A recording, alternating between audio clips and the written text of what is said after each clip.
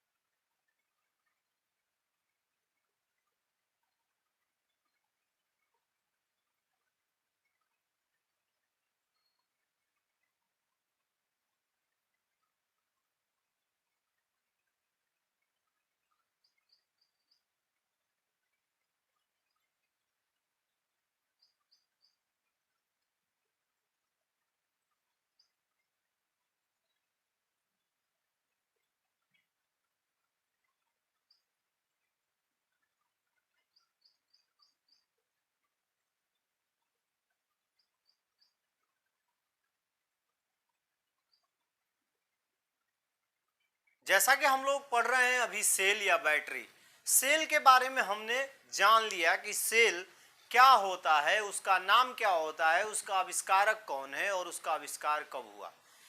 बात आती है बैटरी की, तो बैटरी किसे कहेंगे। तो देखिए नोट मैंने आप लोगों को बोर्ड पे दिखाई दे रहा होगा, वो दिख रहा होगा। सेलों के समूह के व्यवस्था को ही हम लोग बैटरी कहते हैं। यानी एक साथ जब 2-3 सेल को जोड़ दिया जाता है तो उसे ही हम लोग बैटरी कहते हैं। यानी सेलों के समूह व्यवस्था को बैटरी कहा जाता है। कभी आप लोग ध्यान दिए होंगे कि टॉर्च में 2-3 बैटरी 4 बैटरी भी लगती है। आप लोग देखे होंगे रिमोट में 2 बैटरी लगती है। तो ये क्या होता है, क्यों एक ही बैटरी से काम चल सकता था, किसी किसी यंत्र में एक ही बैटरी लगती है। तो बैटरी नहीं, वो सेल कहते हैं। एक को कहेंगे सेल, यानी सिंगल पीस सेल। और जब 2 आ जाए, 3 आ जाए, 4 आ जाए, 5 आ जाए, होता क्या है, हमारे टॉर्च की क्षमता जो होती है एक सेल से जब अधिक होती है तो हम दूसरा सेल डालते हैं, उससे अधिक होती है तो तीसरा सेल डालते हैं। यानी कहने का मतलब कि a group of cell is equal to battery,